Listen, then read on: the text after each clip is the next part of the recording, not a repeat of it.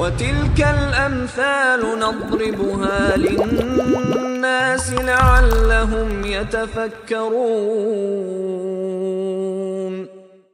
السلام عليكم ورحمة الله وبركاته.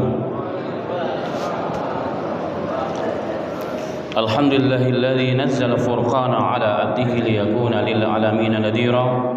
الحمد لله الذي له ملك السماوات والأرض ولم يتخذ ولدا ولم يكن له شريك في الملك وخلق كل شيء وقدره تقديرا.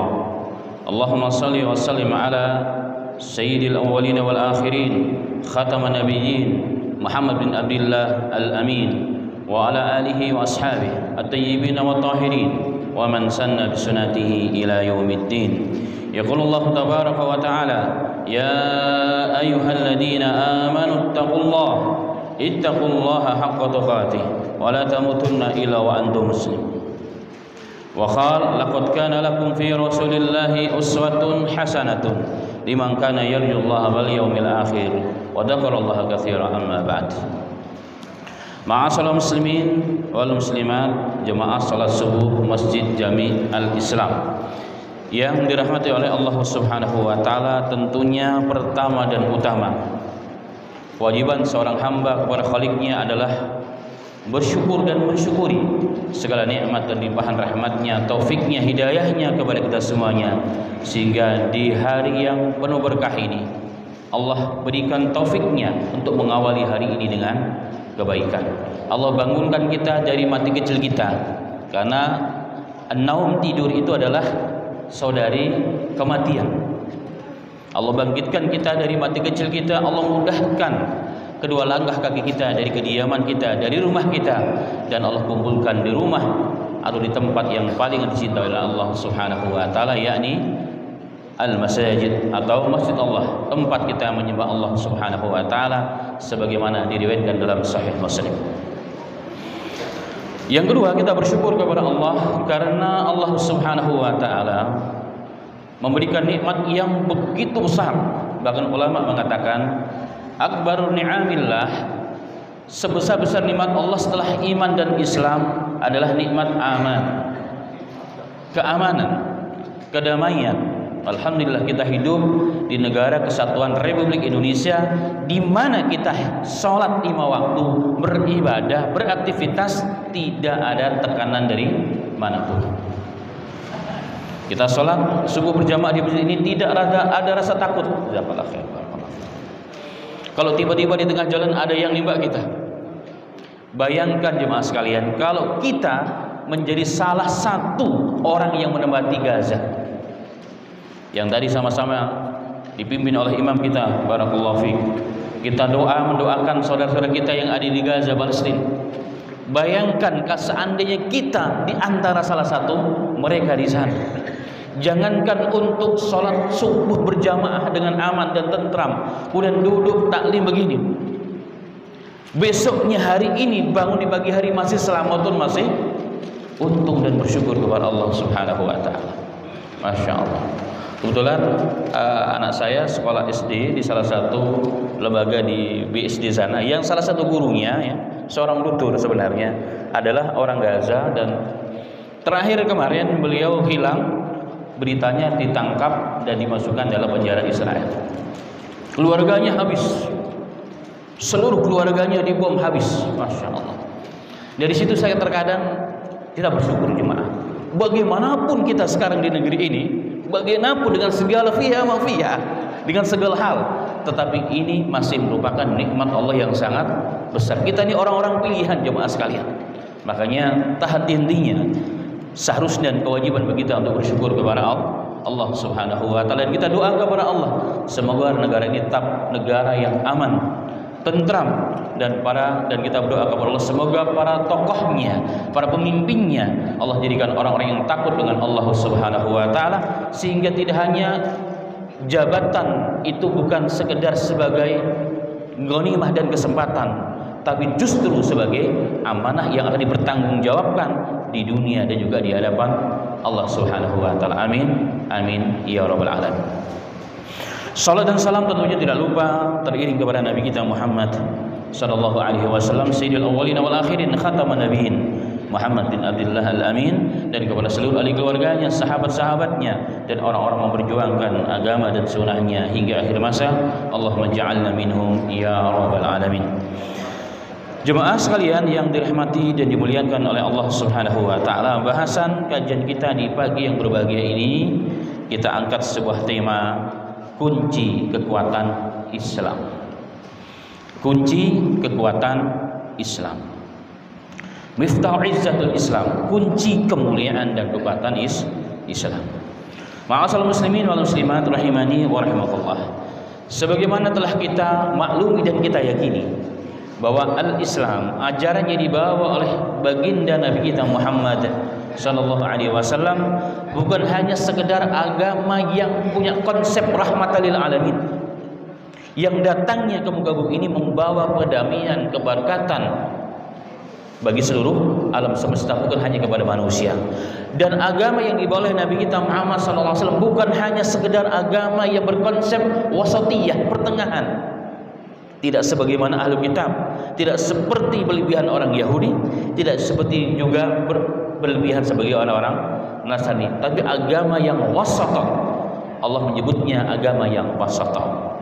Tetapi agama ini juga, jemaah sekalian, agama yang telah disifati oleh Allah Subhanahu wa taala sebagaimana Allah tegaskan dalam surat Ali Imran, wa antumul a'laun, kalian adalah orang yang tinggi, kalian adalah orang yang mulia, karena agama kalian adalah agama yang termulia dan yang tertinggi yang ada di dunia ini. Bagaimana agama yang melampaui di atas segala ajaran-ajaran yang pernah ada di muka bumi ini. Ini adalah satu hal yang wajib kita yakini, jemaah sekalian. Bukan hanya kita maklumi, kita mengetahui, tapi wajib kita imani, dan itu bagian sesungguhnya dari ajaran kita. Para alim ulama kita menerangkan kenapa agama ini agama yang dhahiru ala jami'il adyan, di atas segala dan tertinggi di atas segala ajaran yang ada di muka bumi ini. Karena agama Islam mempunyai satu, agama kita adalah agama yang paripurna, agama yang sempurna. Yang kedua, universal, semuliyah, agama yang mencakup segala urusan kehidupan manusia, segala aspek urusan manusia, baik urusan dunia, urusan duniawiyah yang sementara, ataupun urusan ukhrawiyah yang bakal, yang kekal abadi, semua diatur. Jangankan urusan yang besar, jemaah sekalian, urusan akidah, urusan sholat, urusan pakai sendal juga diatur dalam syariat. Urusan masuk kamar mandi pun ada aturannya, masya Allah. Urusan bergaul dengan pasangan kita pun ada aturannya.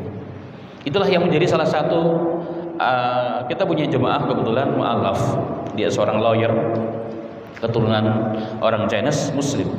Ibunya adalah tokoh sampai hari ini, tokoh pengkhutbah di gereja Katolik di Bandung. Bapaknya adalah tokoh dari agama Buddha.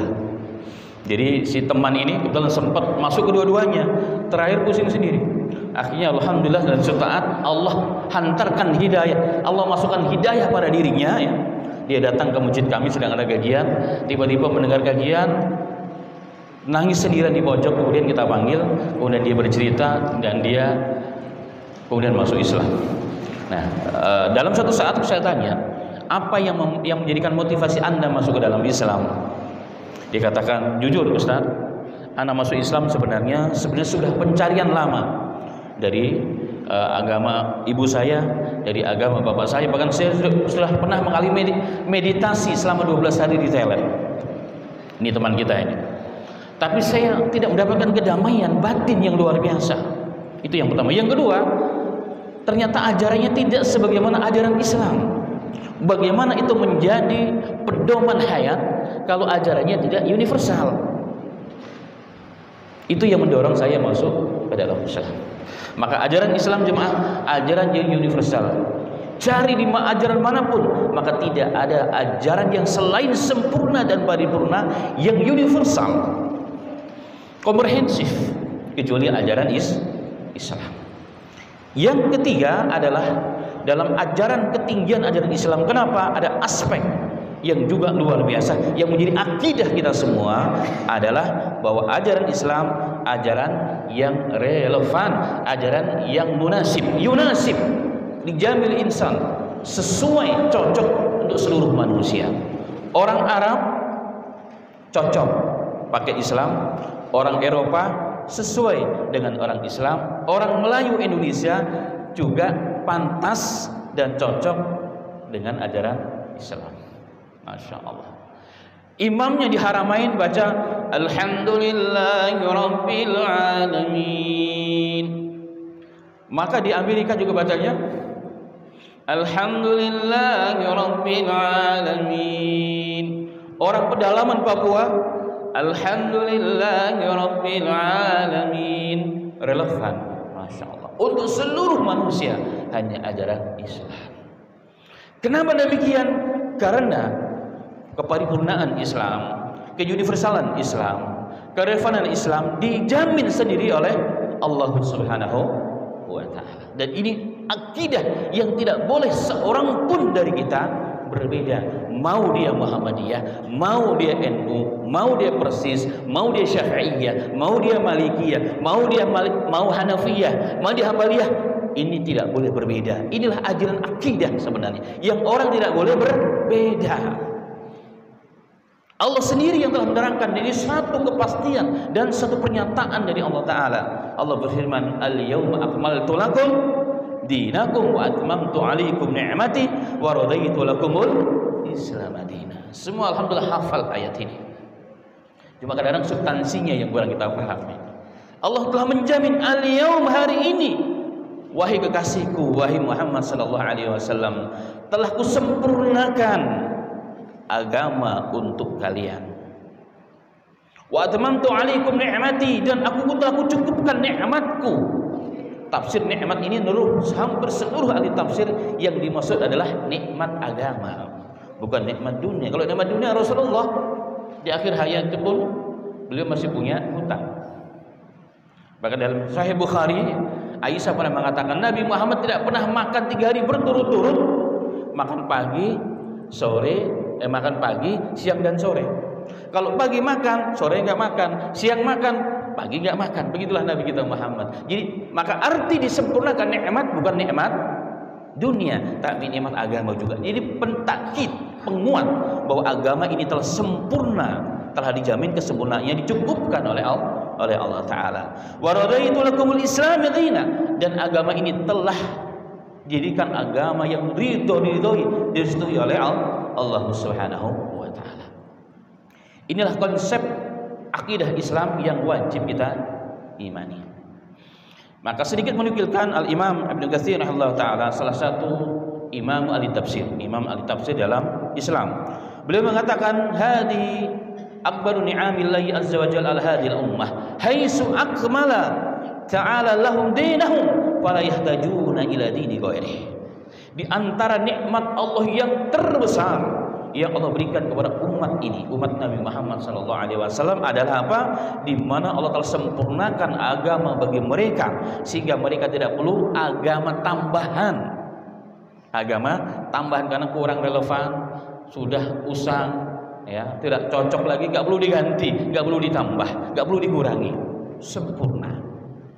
Wala yahtaj ila nabi ghairi nabiyihim, nggak perlu nabi baru lagi, nggak perlu nabi fulan, selesai. Nabi Muhammad adalah khataman nabiyyin, sayyidul awwalin wal akhirin, Muhammad sallallahu alaihi wasallam, habibuna syafi'una Muhammad sallallahu alaihi wasallam. Maka jemaah sekalian, ini yang wajib kita kembali ingatkan. Saya yakin semua sudah paham. Maka taklim ini penting. Itu apa? Tadhkirah. Karena tadhkirah itu bermanfaat bagi kita semua. Terkadang ini sudah melemah, kita kembali meyakini. Jemaah sekalian rahimani wa rahimakumullah, terkait ayat ini ada satu hadis dalam Sahih Bukhari dan juga Muslim. Dari Umar bin Al-Khattab radhiyallahu anhu, beliau pernah berkisah, "Ana rajulan minal yahud qala lahu, ya Amirul Mu'minin, ayatun fi kitabikum taqra'unaha law alaina ma'syaral yahud nazalat lattakhadna dzalika yauma 'idan." Subhanallah. Orang Yahudi ini orang yang tinggal di Madinah ini kan banyak. Ketika Rasulullah datang ke Hijrah di Madinah, mereka itu banyak di sana. Terdapat banyak suku Yahudi yang terkenal, Bani Quraidah, Qainuqa, dan juga Bani Nadir. Nanti sedikit saya singgung juga ada beberapa kisah mereka. Mereka pernah datang kepada Umar bin Al-Khattab ketika beliau menjadi khalifah. Dia datang dan mengatakan, kata Umar bin Al-Khattab, "Ya Amirul Mukminin, wahai pemimpin orang-orang yang beriman, ada satu ayat dalam kitab kalian Al-Quran, seandainya ayat itu turun kepada kami orang-orang Yahud, latakhasna dalikal yawm 'ida, maka kami jadikan hari turunnya ayat tersebut sebagai hari raya bagi kami." Sebagai hari raya bagi kami. Maka Umar bin Khattab kaget. Emang ayat apa menurut kalian? Mereka mengatakan, al-yawma akmaltu lakum dinakum, ila akhir ayat. Umar bin Khattab menambahkan, qad arafna dzalikal yawm, aku tahu kapan turunnya hari itu. Kapan ayat itu turun? Hari apa kami tahu. Wal makan alladzi nazala fihi 'ala nabi sallallahu alaihi wasallam, dan kapan turunnya, di mana turunnya aku tahu. Wa huwa qa'imun bi Arafah yaumul Jum'ah, ketika Nabi Muhammad berdiri pada hari Arafah, hari Jumat pada Hajjatul Wada sallallahu alaihi wasallam. Artinya jemaah sekalian, maka ayat ini sesungguhnya ayat di mana setiap muslim tidak boleh berbeda dalam memahaminya. Jika semua orang seperti ini, maka ini menjadi kekuatan bagi seluruh umat Islam. Inilah kekuatan umat Islam jemaah sekalian. Kekuatan ini ya, yang kemudian menjadikan jika orang Islam kuat, maka atau orang-orang yang benci dengan Islam, dengan sendirinya mereka takut kepada Islam. Kalau orang Islam yakin dengan agama ini, yakin dengan konsep ayat surah Ali Imran tadi itu, ya, tidak ada perbedaan. Nabi Shallallahu Alaihi Wasallam pernah mengatakan, "U'titu khamsan lam yu'tahun ahadun qabli." Ketika umat Islam memegang prinsip yang tadi di atas, Rasulullah mengatakan, di zaman Nabi Muhammad aku diberikan 5 keutamaan yang belum pernah diberikan seorang pun oleh Allah, para nabi dan para rasul sebelum aku. Yaitu apa? Nusirtu bi ra'bi masiratas syahrin. Kita ditolong oleh Allah itu bukan karena banyaknya pasukan, sebagaimana nasihat Umar, pidato Umar ketika memerankan pasukan perang. Kalian itu dimenangkan oleh Allah, wahai kaum muslimin, bukan karena kalian jumlahnya banyak, bukan karena persenjataan kalian lengkap, bukan. Tapi kenapa? Kalian ahlu tauhid, muwahhidun, mereka orang-orang musyrik. Kalian menjalankan syariat, mereka berbuat maksiat. Itulah kemenangan Islam. Karena kemenangan Islam sesungguhnya adalah tanggung jawab Allah. Kita berjuang, tapi memenangkan siapa? Allah Subhanahu wa ta'ala. Kita lihat hari ini fakta jemaah sekalian, semua orang lihat tiap hari 24 jam. Ya.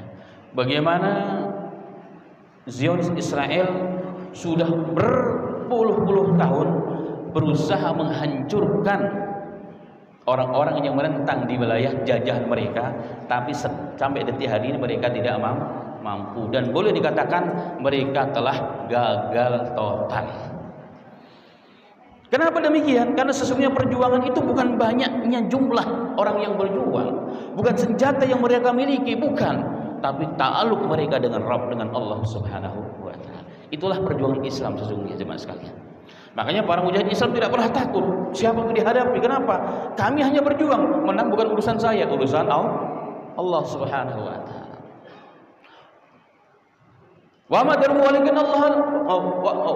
walakin Allah qatal. Ketika Allah berkisah tentang salah satu peperangan, bukan kalian membunuh hai manusia, wahai sahabat, tapi Allah yang membunuh. Dalam peperangan Badar ada seorang sahabat baru mengeluarkan pedang, baru mengayunkan pedangnya. Pedang ini belum sampai ke leher musuh, tapi musuh sudah terpisah badan dengan kepalanya. Bukan hanya 1 sampai 10 orang. Kenapa? Karena mereka bersama Allah Subhanahu wa ta'ala. Inilah jemaah sekalian bagian dari nusrah Allah. Inilah hakikat kekuatan Islam, dan ini yang kemudian ditakuti oleh orang-orang yang tidak suka dengan Islam, yang tidak suka kedamaian, yang tidak suka ketentraman. Mereka menakuti Islam. Orang Islam berpegang teguh dengan prinsip ini, maka kami gulung tikar, saudara. Kami gulung tikar. Tidak ada satupun kekuatan yang mampu menghalangi kekuatan Islam, karena di balik kekuatan itu adalah kekuatan Rabbul Alamin, Allah Subhanahu wa taala. Kita lihat beberapa fakta jemaah sekalian bagaimana kemuliaan Islam itu di hadapan orang-orang yang membenci Islam. Dalam Sahih Bukhari jemaah sekalian, dalam Sahih Bukhari Al-Imam Bukhari meriwayatkan dari dua riwayat.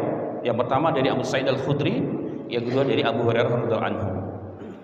Beliau mengatakan, Abu Sa'id Al-Khudri mengatakan, suatu ketika ada orang Yahudi datang kepada Rasulullah. Ada orang Yahudi datang kepada Rasulullah sallallahu alaihi wasallam dan mengadukan, "Ya Rasulullah, aku barusan ditempeleng oleh orang Islam. Aku barusan ditempeleng oleh orang Islam." Rasulullah bertanya, "Panggil dia." Itu hebatnya Islam ya. Kalau Islam memimpin satu wilayah, non muslim bahkan Yahudi pun yang membenci Islam ikut merasa damai, ikut merasa adil, jadi hidup dalam keadilan. Itu bedanya kalau Islam memimpin dunia dengan Islam dipimpin oleh selain Islam. Nah, kembali kepada hadis, maka dipanggillah orang tersebut, seorang sahabat, ditanya, "Kenapa Anda menempeleng orang Yahudi? Kan nggak boleh mendolimi, bahkan kepada orang Yahudi, kalau tidak ada sebab yang menghalalkan." "Ya Rasulullah, saya sengaja menempeleng dia, saya sengaja. Saya bukan salah, saya bukan karena subhat, saya sengaja menempeleng dia." Lu ditanya kenapa? Karena Yahudi tiba-tiba dia mengatakan, "Wallahi alladzi istafa Musa 'alal 'alamin." Gara-gara Yahudi mengatakan, demi Tuhan yang telah memilih Musa alaihissalatu wassalam di atas seluruh alam semesta. Saya mendengar itu saya marah dong ya Rasulullah. Kan Allah telah memilihmu di atas segala manusia yang ada hari ini. Maka saya datang langsung saya tempeleng. Jadi begitu izzahnya orang Islam di zaman itu, begitu kuatnya orang Islam, dengan gampangnya dia menempeleng orang yang memang dianggap salah. Datang langsung tempeleng. Coba bayangin kalau sekarang jemaah sekalian.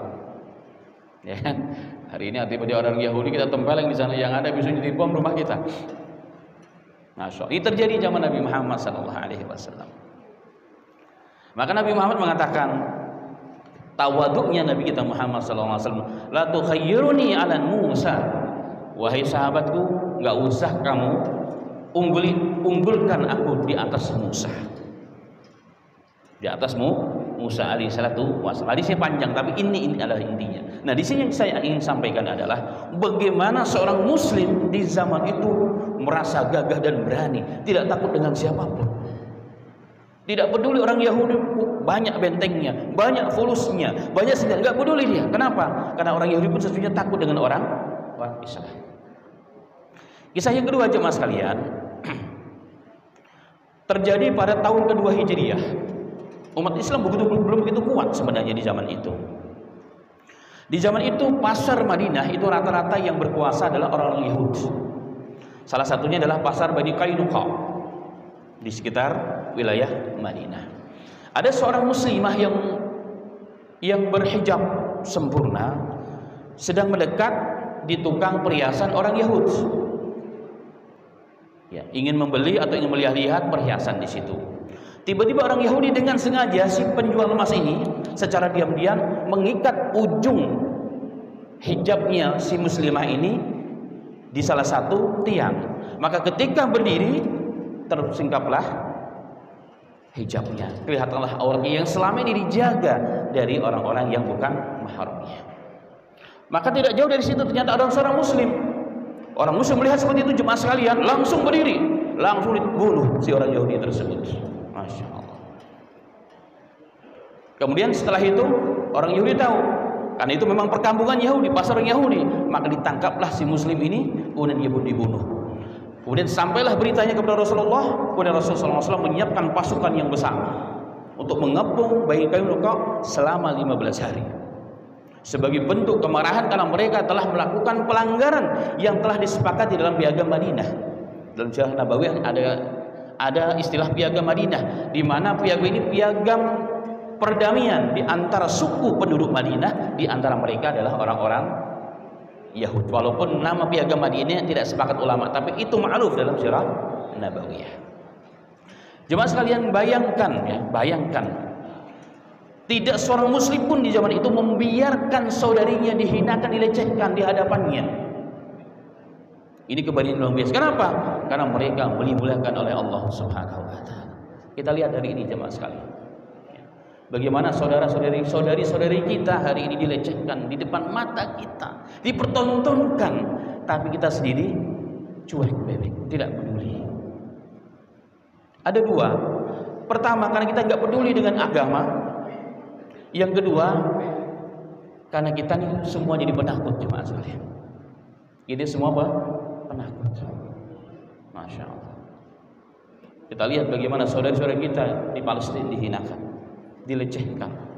Saudara-saudari kita di Uighur pada saat itu, di tempat-tempat yang sedang konflik, bagaimana saudara-saudari kita dihinakan. Apa yang kita bisa jemaah sekalian? Hanya berkuar-kuar, eksternya tidak ada. Kenapa demikian? Karena kemuliaan kita hari ini, kemuliaan umat Islam secara global seakan-akan telah dicabut oleh Allah Subhanahu wa taala. Masya Allah. Kemudian jemaah sekalian, pada tahun ke-4 Hijriah terjadi peperangan pengusiran Bani Nadir, salah satu suku Yahud yang tinggal di sekitar Madinah. Sebabnya adalah ketika mereka, kita singkat, ketika mereka ingin membunuh Nabi kita Muhammad SAW. Jadi ada dua riwayat. Yang pertama, orang-orang Quraisy mengirim surat ke Bani Nadir, kalau kamu tidak bunuh Muhammad, kami habisi kalian. Quraisy itu masih kuat, maka mereka berusaha untuk membunuh Nabi Muhammad dengan berbagai macam cara. Yang kedua adalah riwayat yang lain, dua-duanya dalam riwayat yang sahih.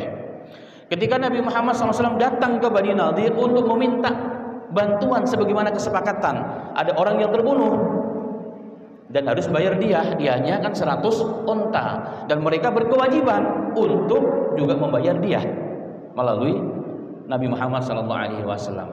Maka kata mereka, "Nami Abu Qasim, na'inuk.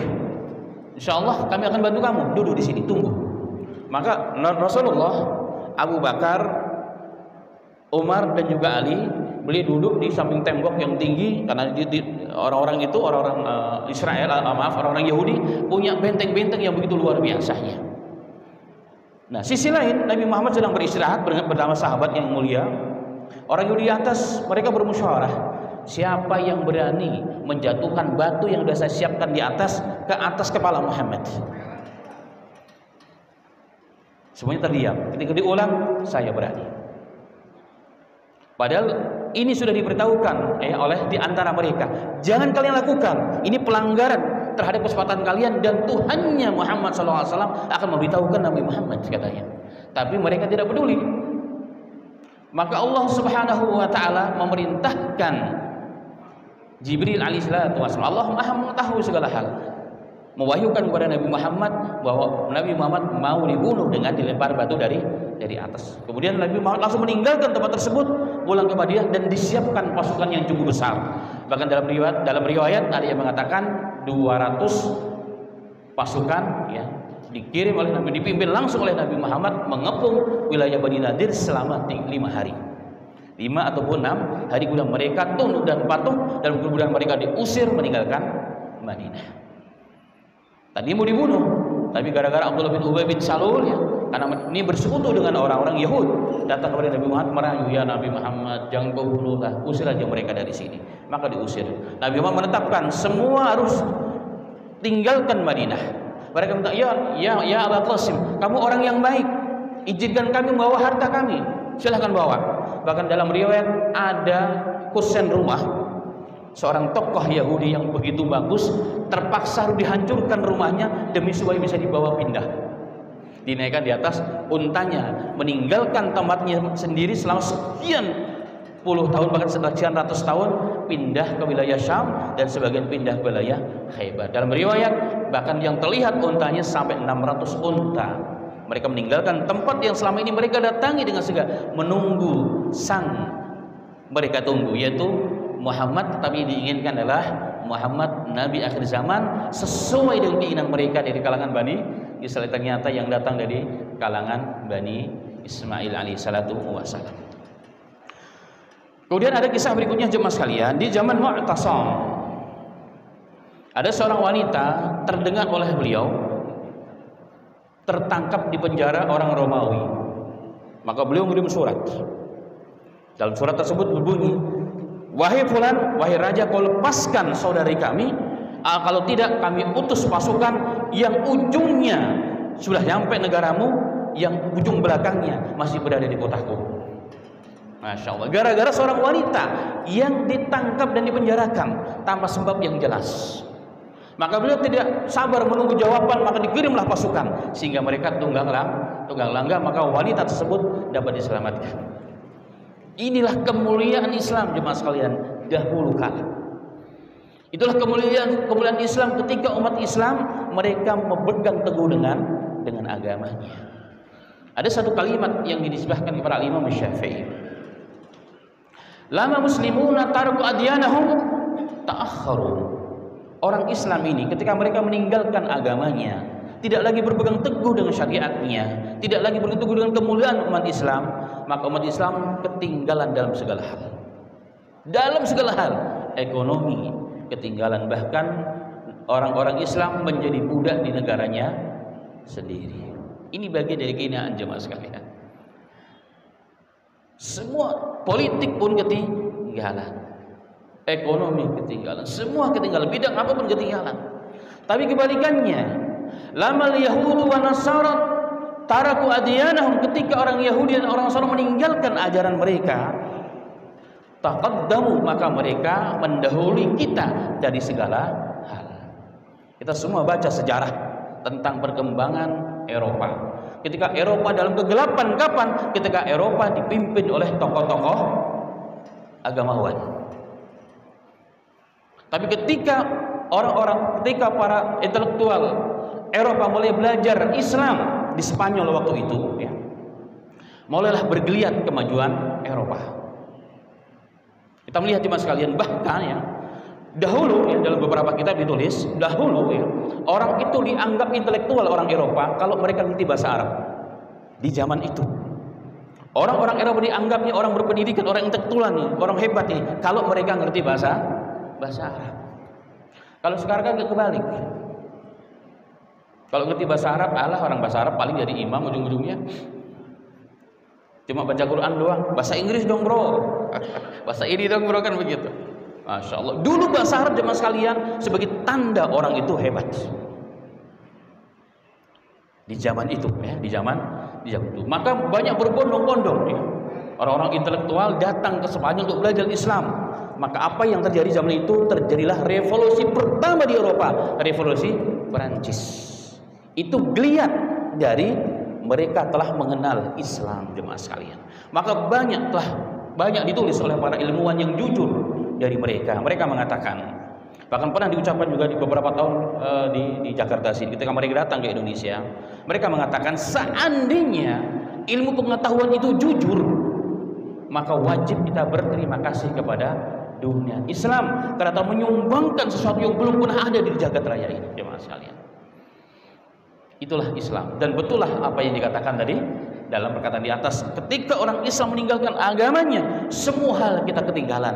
Tapi sebaliknya, orang-orang mereka ketika berpegang teguh dengan agamanya, mereka ketinggalan. Kalau mereka meninggalkan, justru mereka maju. Kenapa? Agama mereka agama yang tidak sesuai dengan prinsip-prinsip Islam, penuh dengan kezaliman. Baik jemaah sekalian, yang jadi pertanyaan, kemana kemuliaan Islam hari ini? Allah katalah menjamin, antumul a'laun, kalian itu tinggi wahai orang Islam, kalian itu mulia wahai orang Islam. Bahkan Rasul mengatakan kita ditolong oleh Allah dengan apa? Ditanamkan rasa takut pada musuh Islam sebulan perjalanan. Yang baca sejarah para sahabat, ketika bagaimana sahabat datang ke wilayah Persia yang sekian ribu tahun tidak pernah terkalahkan dengan kerajaan kekuatan manapun. Dua kekuasaan dunia ketika Islam muncul, Romawi dan juga Persia. Dalam beberapa kitab seperti kitab Kehidupan Sahabat ditulis ketika orang-orang sahabat itu datang ke kota Persia, maka ternyata orang-orang Persia semuanya masuk rumah, mereka ketakutan, mengunci pintu dan jendela. tapi mereka mengintip dari dalam rumah, ingin tahu siapa ini sebenarnya yang kok begitu menakutkan sekali. Ternyata jemaah sekalian, ketika dilihat para sahabat Nabi Muhammad SAW, tunggangannya keledai yang kurus, badannya pun tidak bagus-bagus. Ada yang pakai baju, kadang-kadang nggak pakai baju. Pedangnya sebagian karatan, sebagian sudah patah tulangnya. Udah mereka mengatakan dalam bahasa Persia, yaitu insan nehihe, yaitu janeh. Itu bahasanya Saruhan, mirip dengan bahasa Persia. Ini bukan manusia katanya, ini adalah jin. Jin bagi mereka adalah malaikat. Jadi jin bagi agama itu adalah malaikat. Yaitu insan nehihe, yaitu janeh. Ini bukan manusia, tapi ini adalah jin. Begitu kami takut dengan orang kayak begini. Kalau gitu ini nggak ada satupun kekuatan di jagat raya ini yang mampu menghalangi kekuatan mereka, yang mampu menghadapi kekuatan orang-orang ini. Subhanallah. Jemaah sekalian, ini bukan kisah dongeng yang tanpa fakta dan data. Ini adalah fakta bagian sejarah kita yang harus kita perjuangkan kembali. Bagaimana bisa bangkit kembali, jemaah sekalian. Kalau tidak, beginilah nasib kita hari ini. Bertahun-tahun saudara kita di Palestina diinjak dan dijajah, jemaah sekalian. Apa yang bisa kita lakukan hari ini? Umat Islam banyak yang kaya, umat Islam banyak kekuatan, tapi kemana semuanya? Allahu Akbar. Ketika saudara-saudara kita di Uighur dicincang, disiksa, apa yang kita bisa buat dari jemaah sekalian? Kita asik dengan perdebatan yang ada. Al-Fatihah tidak tahir, doa kunut tidak kunut, doa habis sholat salam tidak salam. Ini terus yang jadi bincangan kita dalam kajian-kajian. La haula wala quwwata illa billahil aliyil azim. Kita simpulkan untuk masuk kepada bab berikutnya. Lalu apa yang kita harus lakukan untuk mengembalikan izzatul Islam, quwwatul Islam, kemuliaan Islam, kekuatan Islam, kehebatan Islam di atas segala ajaran yang ada di muka bumi ini? Para ulama telah menulis banyak sebenarnya. Tadi dalam ini saya cuma nulis 2 ataupun 3 hal yang perlu kita camkan bersama. Yang pertama adalah suka tidak suka, mau tidak mau, kita harus kembali kepada Islam, berpegang teguh kepada Islam. Wala tahinu wala tahzanu wa antumul a'laun wa antumul a'launa in kuntum mu'minin. Jangan kalian lemah, jangan kalian bersedih. Wa antumul a'laun, wahai orang Islam, kalian itu tinggi di atas segala ajaran yang ada. Kalian itu menang di atas seluruh ajaran yang ada di muka bumi ini, kata Allah. Apa syaratnya? In kuntum mu'minin, jika kalian menjadi mukmin yang sejati. Mukmin yang sejati. Mukmin itu apa? Banyak Quran hadisnya tentang ini. Minimal jemaah sekalian, kita minimal ini langkah awal, step menuju ke sana apa? Kita jaga sholat 5 waktu, kita jangan sampai telat. Untuk laki-laki, usahakanlah kita sholat di mana azan dikumandangkan. Kita wajibkan dari kita. Terlepas ini wajib tidak wajib, kita wajibkan bagi kita untuk mengembalikan izzatul muslim. Ada satu hadis ya, yang cukup panjang ya. Terjemahnya adalah ketika orang Islam itu bangga dengan hidupan ribawi, al-'ainah, idza tabayatul 'ainah, jika kalian bangga dengan kehidupan ribawi, rumah gede ternyata riba, mobil mewah ternyata riba, kalian bangga, itu menjadi gaya hidup kalian, kalian tinggalkan berjuang di jalan Allah, kalian cinta dunia melebihi segalanya, ridho dengan ekonomi kalian, ridho dengan pasar kalian, ridho dengan pertanian perkebunan kalian, kelapa sawit kalian, seterusnya. Wa taraku jihadu fi sabilillah, kalian tinggalkan jihad di jalan Allah, berjuang sering kemampuan kita. Apa kata Rasulullah sallallahu alaihi wasallam? Dzullan, Allah kuasakan kepada kalian kehinaan. Apa bentuk kehinaan? Saya katakan dari awal, kita negara paling kaya di dunia. Kemarin saya dengar ada satu berita pernyataan dari ahli ekonomi Amerika, Indonesia negara terkaya di dunia emasnya. Masya Allah. Bahkan kita tahu Profesor Mahfud MD mengatakan, ya kan, saat ini dikelola emasnya saja orang Indonesia setiap kepala 1 bulan dapat berapa? 20-25 juta tambah kita kerja. Kemana ini sekalian, jemaah sekalian, kemana? Kita menjadi budak di tanah air sendiri, menjadi pembantunya di rumah, di tanah air kita sendiri, jemaah sekalian. Ibarat anak ayam mati di kandang, di lumbung padi. Kalau anak ayam mati di jalan, kalau di mobil masuk akal. Anak ayam mati di lumbung padi, gimana ceritanya? Ini yang dimaksud Allah kuasakan kepada kalian tulan kehinaan. Dan Rasulullah kemudian mengatakan, la yanzi'uhu, dan kalian gak akan bisa keluar dari para kehinaan tersebut hatta tarji'u ila dinikum, jika kalian kembali kepada agama kalian, bertamasuk kepada agama kalian. Kita awali dengan sholat, jemaah sekalian. Sholat ini harus kita jaga, kita jadikan hal yang paling utama bagi kita, keluarga kita. Kalau satu keluarga kecil, elemen bangsa kan yang terkecil adalah keluarga.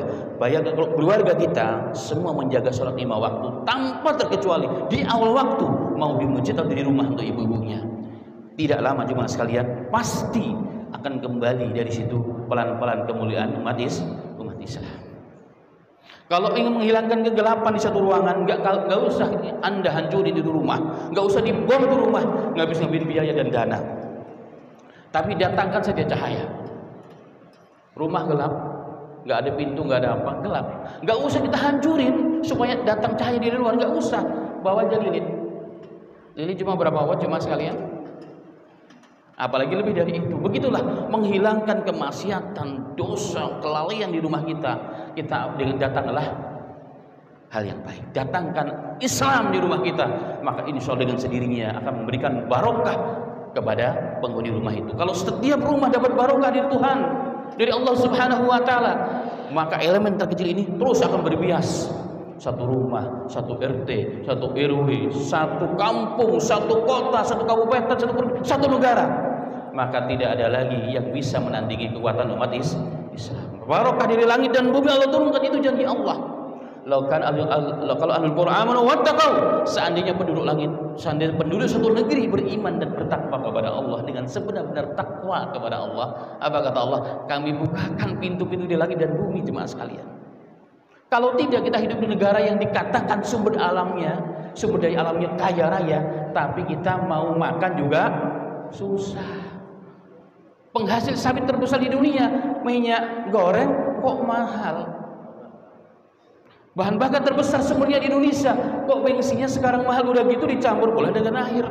La haula wala quwata illa billahil aliyyil azim. Makanya mari setiap kita tidak perlu menyalahkan siapa-siapa, kita kembali kepada agama kita. Kita awali dari diri kita dan keluarga kita. Maka insya Allah cepat ataupun lambat Allah akan tunjukkan bagaimana kehebatan Islam itu. Di rumah kita awali. Itu poin yang pertama sekalian. Maka setiap kita berusaha untuk kembali kepada agama. Yang kedua, nih bab yang sangat penting adalah menjaga persatuan dan menghilangkan atau menghindari perpecahan. Quran hadisnya sangat banyak. Wa'tasimu bihablillahi jami'an wa la tafarraqu. Ini di antara ayat. Berpegang teguhlah kalian wahai manusia dengan tali Allah, ajaran Allah, agama Allah, tauhid Allah. Wa la tafarraqu, dan jangan kalian tercerai-berai, jangan saling salah menyalahkan. Hadisnya, Qurannya sangat begitu banyak. Tapi untuk menerangkan ini semua jemaah sekalian, bahwa persatuan itu sebagai syarat untuk kemuliaan Islam, kita lihat adalah Nabi sendiri, Nabi kita Muhammad SAW. Dalam hadis yang sangat banyak, di antaranya dalam Sahih Bukhari. Dalam Fathul Mekah, Rasulullah pernah mengatakan, wahai Aisyah, ya Aisyah, laula anna qaumiki hadisu ala ahdi jahiliyati.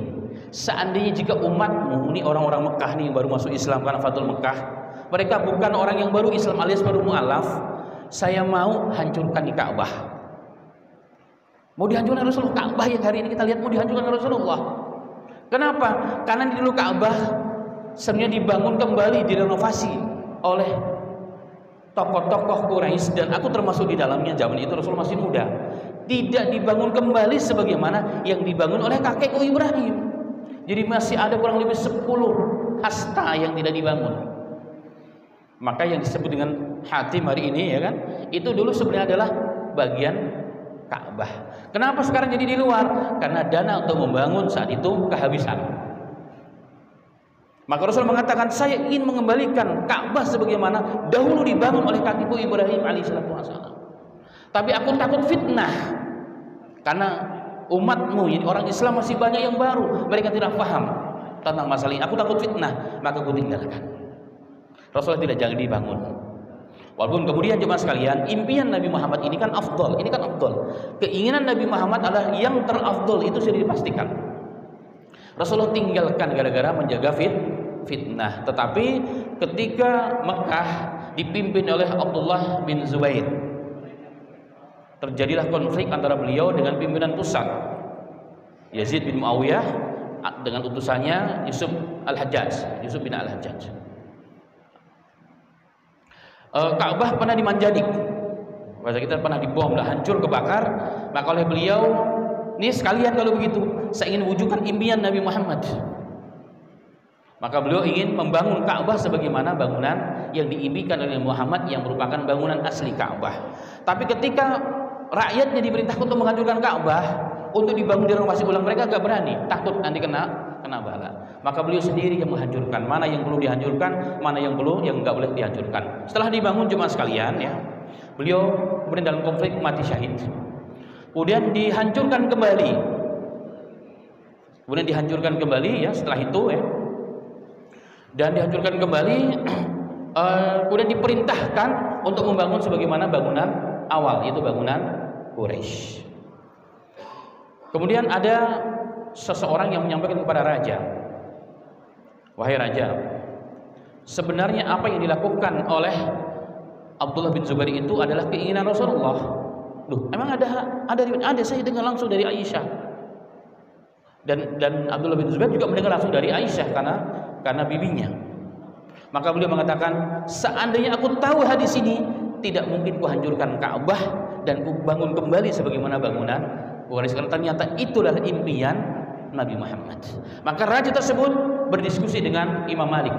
Imam Malik, saya ingin kembalikan Ka'bah sebagaimana yang dibangun oleh Abdullah bin Zubair. Ternyata ini impiannya Rasulullah. Kata Imam Malik, da'uhu yal muluk. Wahai para raja, biarkan Ka'bah sebagaimana sekarang, jangan kalian robohkan lagi. Kalau kalian robohkan, kalian bangun lagi seenak menurut kalian, raja-raja mentang-mentang punya uang dan fulus dan kekuasaan, maka nanti haibah, kehormatan Baitullah Al-Haram, Ka'bah akan menjadi hilang dari hati-hati kaum muslim. Maka menjadi kesepakatan Ahlussunnah wal Jamaah, Ka'bah tidak boleh diotak-atik sampai hari ini. Itu kesimpulannya. Tapi apa hikmah yang kita ingin ambil di sini terkait dengan bahasan jemaah sekalian adalah ibrah, pelajaran, pesan nubuwah kepada kita bahwa fitnah itu akan menghancurkan segala hal, dan menjaga persatuan lebih utama, bahkan di atas yang lebih afdal, lebih utama. Tapi kalau kita lakukan jadi fitnah, tinggalkan. Selagi ini bukan perkara yang wajib. Jangan sampai gara-gara sunnah, perkara yang lebih substansial dalam Islam, yang esensial dalam Islam, yang merupakan asas akidah Islam, maka menjadi tercerai-berai. Itu namanya tidak faqih. Inilah pesan dari Nabi kita Muhammad Sallallahu Alaihi Wasallam. Jangan. Kalau itu perkara yang bukan wajib, jangan. Karena wahdatul kalimat, kesatuan kalimat, satu hati lebih utama di atas segalanya. Karena orang tercerai-berai, kata Quran apa? Akan hilang kekuatan kalian di hadapan musuh-musuh kalian. Itu kata Allah Subhanahu wa Ta'ala. Maka jemaah sekalian, jika ada hari ini orang yang ingin menyatukan umat Islam dalam masail-masail ijtihadiyah, furu'iyah, sama dengan dia ingin menjadikan malam itu siang, siang itu malam, alias mustahil. Kenapa jemaah sekalian? Karena perbedaan itu suatu keniscayaan, bahkan sudah terjadi di zaman Nabi kita Muhammad Sallallahu Alaihi Wasallam. Nah, kita ambil contohnya di sini adalah apa? Nabi Muhammad Sallallahu Alaihi Wasallam dalam akhir peperangan Ahzab namanya, peperangan konspirasi kafir terhadap Ahlu Madinah. Ternyata motornya adalah orang-orang Bani Quraisy atau orang Yahudi. Maka Rasulullah membentuk tim sus, pasukan khusus untuk menghukum Bani Quraisy ini. Dan pesan Rasulullah setelah zuhur dikatakan, tidak boleh seorang pun dari kalian pasukan yang telah kubentuk ini kecuali sholat asar di Bani Quraisy. Sholat asalnya di Bani Quraidah. Padahal kalau sampai di Bani Quraidah itu pasti maghrib, nggak mungkin asar. Itu Rasul juga paham. Tapi itu pesan Nabi Muhammad. Maka sahabat dengan segala pemahaman mereka di tengah perjalanan ketika datang waktu asar berbeda pendapat. Ini sudah sholat asar bro, kita sholat dulu. Oh enggak, Rasulullah kan tadi memerintahkan sholatnya Bani Quraidah dengan segala dari sudut pandang segala hal. Maka yang pertama sholat di jalan. Yang kelompok yang kedua sholat di Bani Quraidah walaupun sudah keluar waktunya. Pulang ke Madinah, Nabi Muhammad tidak menyalahkan yang A, tidak menyalahkan yang B. Berarti dua-dua padahal dalam mustalah hadis ya, dalam mustalah hadis haram bagi seorang nabi membiarkan kesalahan dan dosa dilakukan atau diketahui oleh nabi dan tidak ditegur oleh Nabi Muhammad. Ketika Nabi Muhammad tidak menegur sahabat yang sholat di jalan, sholat asar, atau menegur sahabat yang sholatnya di Bani Quraidah sudah waktu sholat maghrib, itu menunjukkan apa? Berarti dua-duanya tidak salah. Dua-duanya tidak salah. Makanya kebenaran itu dalam urusan furud tidak selalu hitam putih. Kalau nggak sunnah pasti bid'ah. Kalau nggak salah berarti benar. Ini buktinya ada. Hadis yang kedua. Hadis yang kedua jemaah sekalian. Nabi Muhammad SAW diberitahukan ya, ada dua orang sahabat yang dalam perjalanan pulang ke Madinah, ya pulang dari jihad, mau sholat kehabisan air. Mereka bertayamum. Setelah sholat, assalamualaikum, tiba-tiba ada air. Yang satunya tetap dengan sholat yang pertama tidak mengulang, yang kedua kan ada air, dia wudhu lagi, sholat lagi. Sampai kepada Nabi Muhammad SAW, Rasulullah berkomentar kepada yang tidak mengulang sholat, asabta sunnata, engkau telah mendapatkan sunnah wahai fulan, dan mengatakan kepada orang yang mengulang sholatnya dari tayamum, sholat, wudhu, sholat. Apa kata Nabi Muhammad SAW? Laka ajru marrotain, bagimu dua pahala. Kalau kita tanya mana yang benar, yang dua pahala atau yang sesuai dengan sunnah? Dua-duanya tidak salah. Dua-duanya tidak salah. Ini sudah terjadi di zaman Nabi Muhammad. Bagaimana bisa hari ini kita ingin mengatakan kita harus satu manhaj dalam fikih juga? Tidak bisa. Biarkan orang berikhtilaf. Ada satu catatan jemaah sekalian dalam kitab Al-Insaf, karya ulama besar India, namanya Syekh Walidullah Dahlawi. Seluruh sanad hadis ke beliau. Beliau menulis surat di zaman Mansur, ya, salah seorang raja yang hidup dan sangat terkenal di daulah Abbasiyah.